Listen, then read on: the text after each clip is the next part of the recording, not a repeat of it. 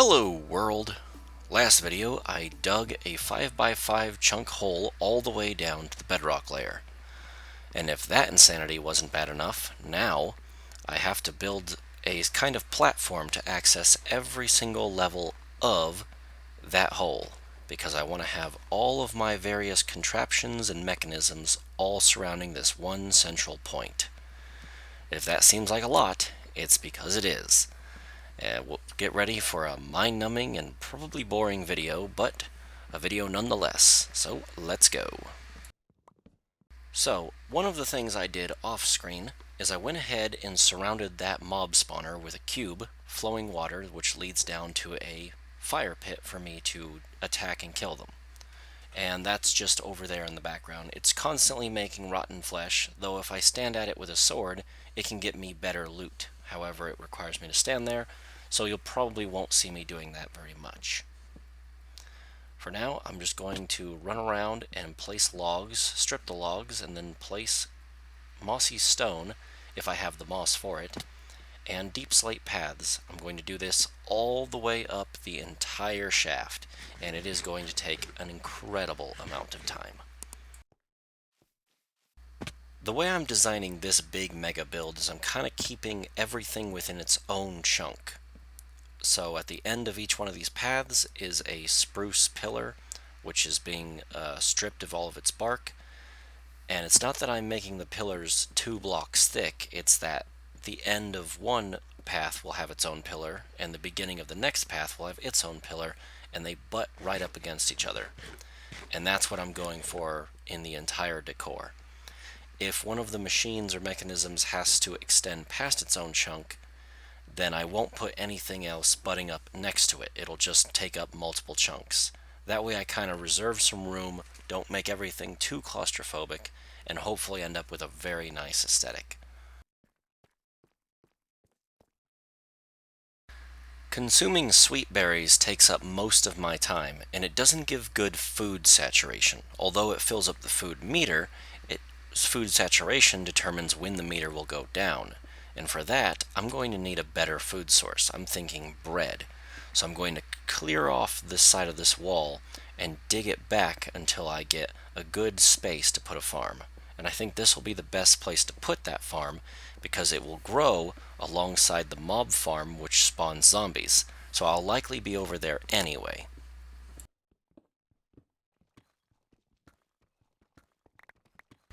Digging out an entire chunk worth of deep slate is horrendously slow, and unfortunately, since I'm going at a horizontal direction, I can't use moss.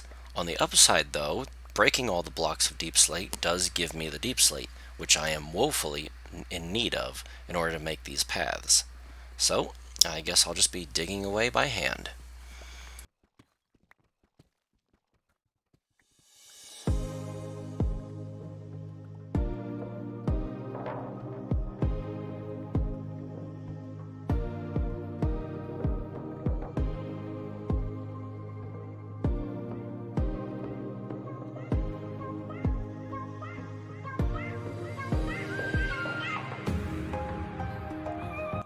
In addition to digging away the deep slate, I take the time to check this mob spawner occasionally. Sometimes I get lucky and a chicken zombie dies, but other than that, it doesn't really produce anything at the moment.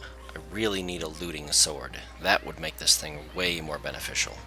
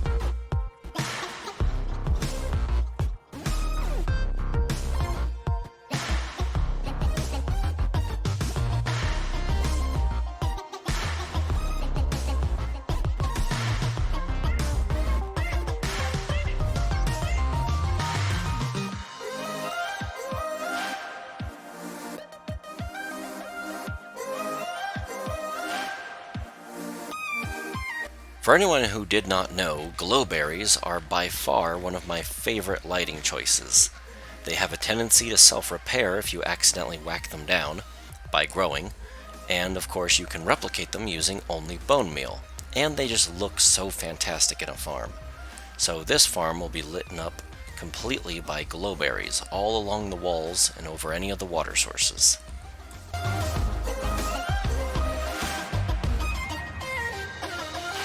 Bumping into diamonds is one of the many perks of living this far down into the deep slate layer. However, I'm not looking for diamonds right now. Right now, I'm hollowing out a space where I'm going to put a new kind of farm that I haven't really tried before. Normally, my bone meal farms are these big, massive structures, either running on kelp or my preferred block to make bone meal is cactus. However, after doing all the work with moss and stuff to dig out this hole, I realize that as long as moss is effectively used, it produces a large amount of bone meal. If it is ineffectively used, it reduces and eats up a lot of bone meal. So in my mind, if I can just make a machine that will use the moss effectively, I should have an infinite bone meal generator that, although not as splendid as the giant cactus farm in terms of lag, it will produce much more bone meal at a much faster rate if I do it right. If I do it wrong, it'll just be a sink for bone meal and I'll never get anything out of it. Kill the music. I dug up into a skulk layer, and now is the time to be quiet. I'm going to try to sneak through all of the various skulk areas around my base, and I'm going to try, if I can, to destroy these. These are the skulk conduits that produce the skulk. If I could destroy them, I can make it safe for killing mobs down in my base. And every little block of skulk gives me a little bit of XP. That really doesn't matter at this phase, but it is nice to have. I'm also going to try to make absolutely certain there are no shriekers. I'm pretty certain none spawned. I guess I got lucky. Or maybe this just isn't the right kind of biome conditions for them to spawn. But either way, I want to make this as safe as possible and no wardens near my base.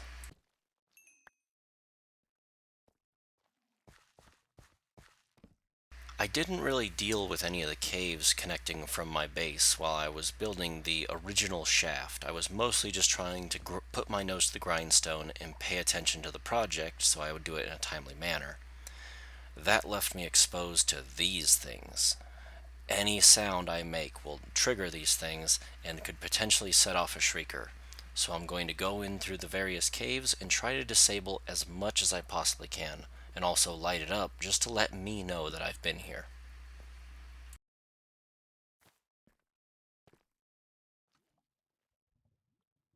Every blueprint I come up with in my head requires soul sand and ice. I already have a good access to ice because there's an ice biome nearby, but in order to get soul sand, I will have to go to the nether. So, I have constructed a nether portal behind the staircase at the very bottom layer of my base, and I think that'll be a good spot for it. Out of sight and out of mind, but still accessible.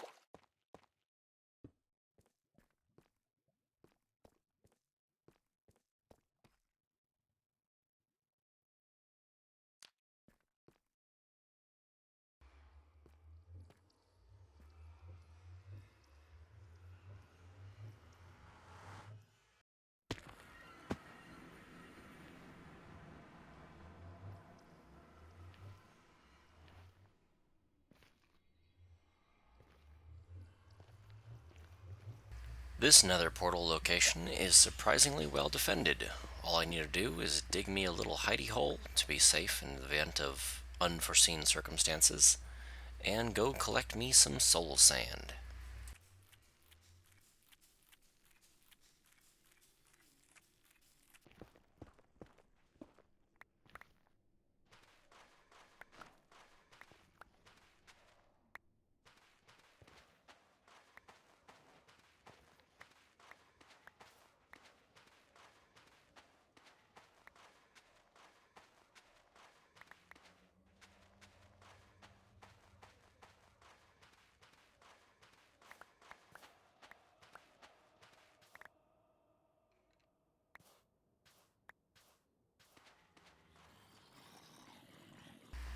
Okay, so here is the contraption I've constructed so far. It's stable for now, and I'm just letting my bone meal build up because right now it is slowly producing bone meal, but it does need more work. For some reason, it's producing smooth stone right now. I don't know why, because earlier it was producing nothing but cobblestone, and earlier before that it was producing a mix of the two. So I'm just going to count my blessings for now. It's perfectly functional, so I'm not going to touch it. But basically, the idea is smooth stone gets turned into moss, which gets turned into bone meal, which gets fed back into the machine to make more smooth stone into moss. That's the idea. I won't show you anything in depth right now because this is still just a prototype. You'll see more of the finished product if it ever gets stable. Thanks to that soul sand, I have unlocked elevators, which are going to make it much better to get around my base, seeing as my base is mostly vertical. It does take a long time, however, to reach the top, but this is way better than the ladder I was using before.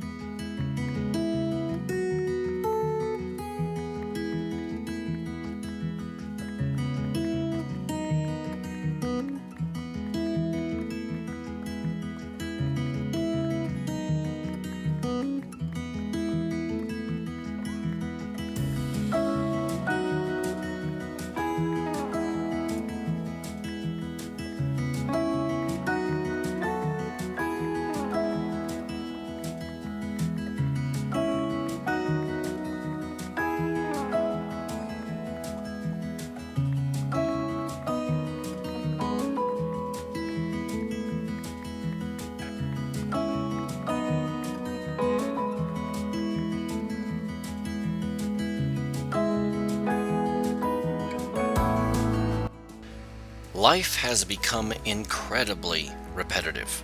I have a small cobblestone generator that I can just AFK farm at. I can just put a little rubber band or something around my mouse and just have me constantly break cobblestone. I'll break 3 or 4 picks on it at a time, no problem. Then I feed them all into my furnaces, melt them down in the smooth stone, and then I use the smooth stone to turn into stone bricks, and if I have the moss, I'll put the moss into the stone bricks to make it mossy stone bricks. After that, I just construct it all, and in between all of that, I take the time to chop down these huge trees.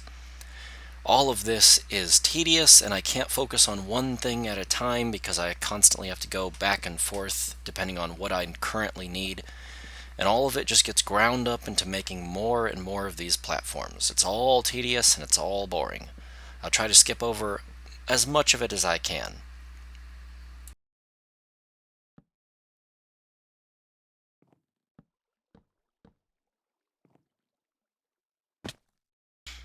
I can't help but wonder if this would go faster if I had better gear. But no, I cannot think about better gear because that's only a distraction. I just have to keep my nose to the grindstone and continue building this monstrosity.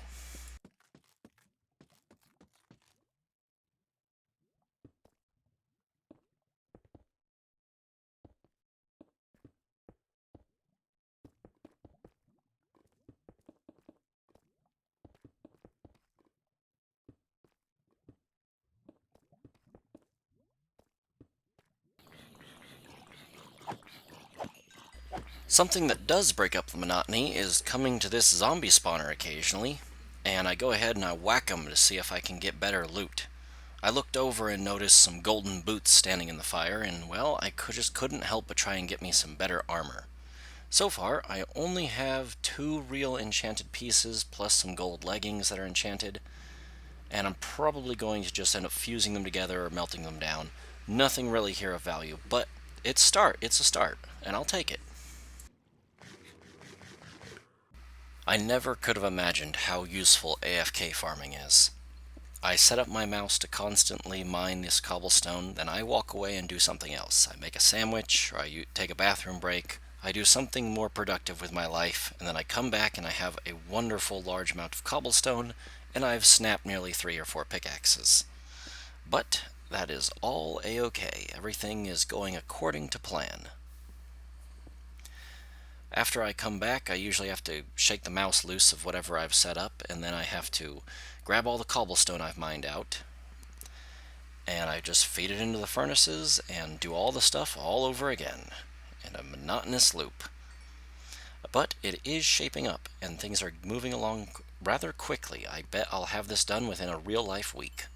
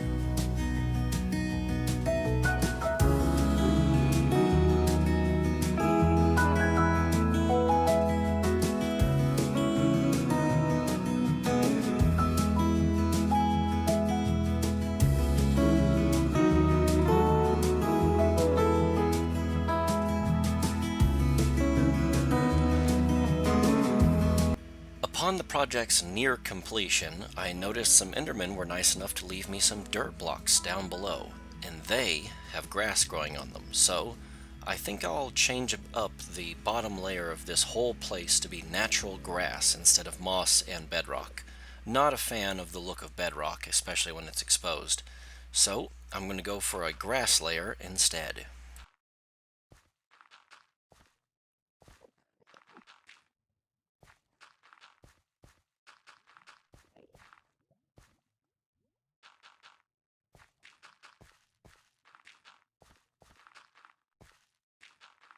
Before I give you a tour of the completed project, first let me show you the complex inner workings of the moss generator and its neighboring farms so that you just have a complete understanding of how it all works.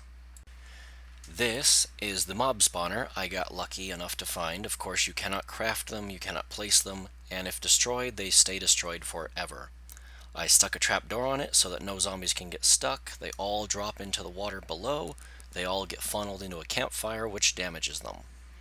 I like to use stairs at the very end of this pushing water force. For some reason, once their feet go down and it hits their legs, they're even more powerless to stop themselves from getting pushed. This is the best way I have found to stop jams. They all get funneled into the campfire, which destroys them, or I could whack them with a sword if I want better loot, and they go right into the barrel. From the outside, I only have access to half of the barrel, and of course I can whack them with a sword. This is the moss bone meal generator thing.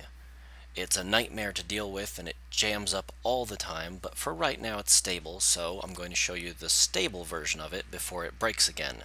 It breaks every time I reload. This is the ticker.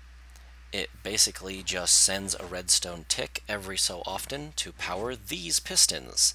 These pistons disrupt the lava flow, allowing the water to become saturated, and then the lava flowing onto the water produces smooth stone instead of cobblestone.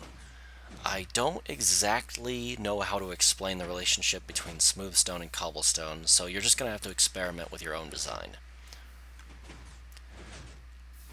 As you can see, the water occupying a space before the lava touches it is important. That's why I have the double piston setup. They are pushed through diagonally, and they all are connected inner together as tightly as possible so that I get efficient moss spread. The flowing water is for breaking the demon of this whole setup, and that is moss carpet. Moss carpet is its own block entity that sits above the piston layer. So they don't really move. A piston can push a block beneath them, but it is powerless to destroy them unless pushing them directly. If I allow this to operate without any water, eventually everything will get covered in moss carpet and I'll get no moss production, just wasting bone meal the whole time. It also breaks the grass, but that one's less important, and it cannot break the tiny tree saplings as they are kind of their own block entity as well. If you want those to be broken, you're going to need the piston to do that. Furnaces are entities, and they cannot be pushed by a piston. Although they look like blocks, they are not blocks. A piston cannot move them, so they're a great end cap to stop the system from extending too far. Everything is collected. It goes down into the water, is shot up with soul sand, and ends up in the hoppers above. Here are the hoppers above. Everything that goes past them is collected. Here is a minecart furnace. It is the timer for when to activate bone meal to be shot onto the moss. It also controls the water, so the moss and the water are in perfect sync to never interfere with each other. The two redstone signals are sent their own direction. The dispensers are triggered instantly, however the water is on a delay. Up here is the water. It's just a bunch of pistons that are set to retract when they're buzzed. They get buzzed, they retract, the water flows down, and they go forward quickly. The dispensers also have their own pistons to clear them off, because the moss will only grow if nothing's on top of it. Here's the pistons actually at work clearing off the grass. They'll even clear off carpet, but that's not an efficient method for the top. For the top I need water, but they will clear off everything here down below. And that's all pretty much just how it works. Of course, this is version 4 that I'm showing you now, before I ever even completed the whole project, before I went through and overhauled it like 3 or 4 times. Now I'm on version like 25, and it's still a buggy mess of a machine, but if you have a Minecraft world, I would heavily suggest you take the time to try and figure out your own version of this machine, because figuring this version out was in its own sick way kind of fun, even though it was infuriating. And of course, you might get a much more elegant, compact, and efficient version of my machine than I did, so I would suggest you give it a try. Alright, let's move on to the part where I ask you to like, comment, and subscribe. It helps me in my eternal battle against the YouTube algorithm and promotes me to make more content like this. Alright, let's get back to the action. Alright, it's tour time. This is where I sleep. It's not that interesting, and it's just kind of a hole in the wall. Literally. This is where I craft. It is part of where I sleep, and is part of the same hole in the wall. One day, I might brew potions here, but I don't have access to potions. Here is the great big old hole in the entire world. That is what this entire base is, and it's surrounded by 4 elevating fountains, which can take you up or down. I'm going to try to dig back into the sides of the wall and not jet buildings out into the center like this one is. I think that that's an ugly look now that I'm actually looking at it, and I might destroy this one. I don't know. We'll see. The little soul sand stream is good for propelling you up. The flowing water going back down is good for just moving at your own pace. And of course, you could just fall down to the bottom if you're daring enough to do that. Here is that Enderman that keeps bothering me. Seriously, this thing never despawns and it practically tries to get into my crosshairs. I have to fight to keep it from being where I'm looking. I seriously think I have a stalker. Alright, moving on then. We have a fantastic view of the village. And of course, we have a fantastic view of pretty much the entire surrounding area. If you're crazy, you can take the stairs all the way down, but I would really suggest you just stick to the water streams. The entire castle is surrounded by giant spruce trees. I planted them, grew them to make a little bit of puzzle, and then I sheared off their leaves and just built a roof on top. I figured a kind of natural, intentional look would be the best for this kind of big castle that's just mountaintop and all on its own up on top of this little ridge. I just love the look so much. Here is one of the offputs of the moss generator. Anything that doesn't go to be made into bone meal flows over that and comes here to be collected, and I just have a butt ton of various moss items, so I can use these for decoration in the future, and I probably will. Here is where the bone meal is deposited, and if I want I can turn it directly into glow berries, which I use for decoration, or sweet berries, which I might need for just quick food in emergencies. And of course, one of these is a slime chunk, so I keep getting slimes. And of course you've seen the in-depth explanation as to how this thing works, so I don't really need to explain it. I can just move straight on to the mob farm, which is right here. I should get a zombie here in a second. I'd like to kill at least one before the video's over. Come on down. Come on down. Here's all the rotten flesh I've accrued, and this isn't even all of it. Occasionally I pull some out and eat it because I run out of food. Oh, there's one. Go ahead and kill these zombies. They die, and they distribute their stuff into the chest down below, which is this. And sometimes I get chickens out of this too when chicken jockeys spawn, which is great. And that's all she wrote. The project is complete. This is by far the most grindy project I'll probably be doing for a while. This thing took me so long. It took me literal weeks to complete, and I don't want to work on it anymore, so I'll probably have to find something else to keep me occupied. But all of that will be for the next video. For now, I'm just going to be saying bye-bye.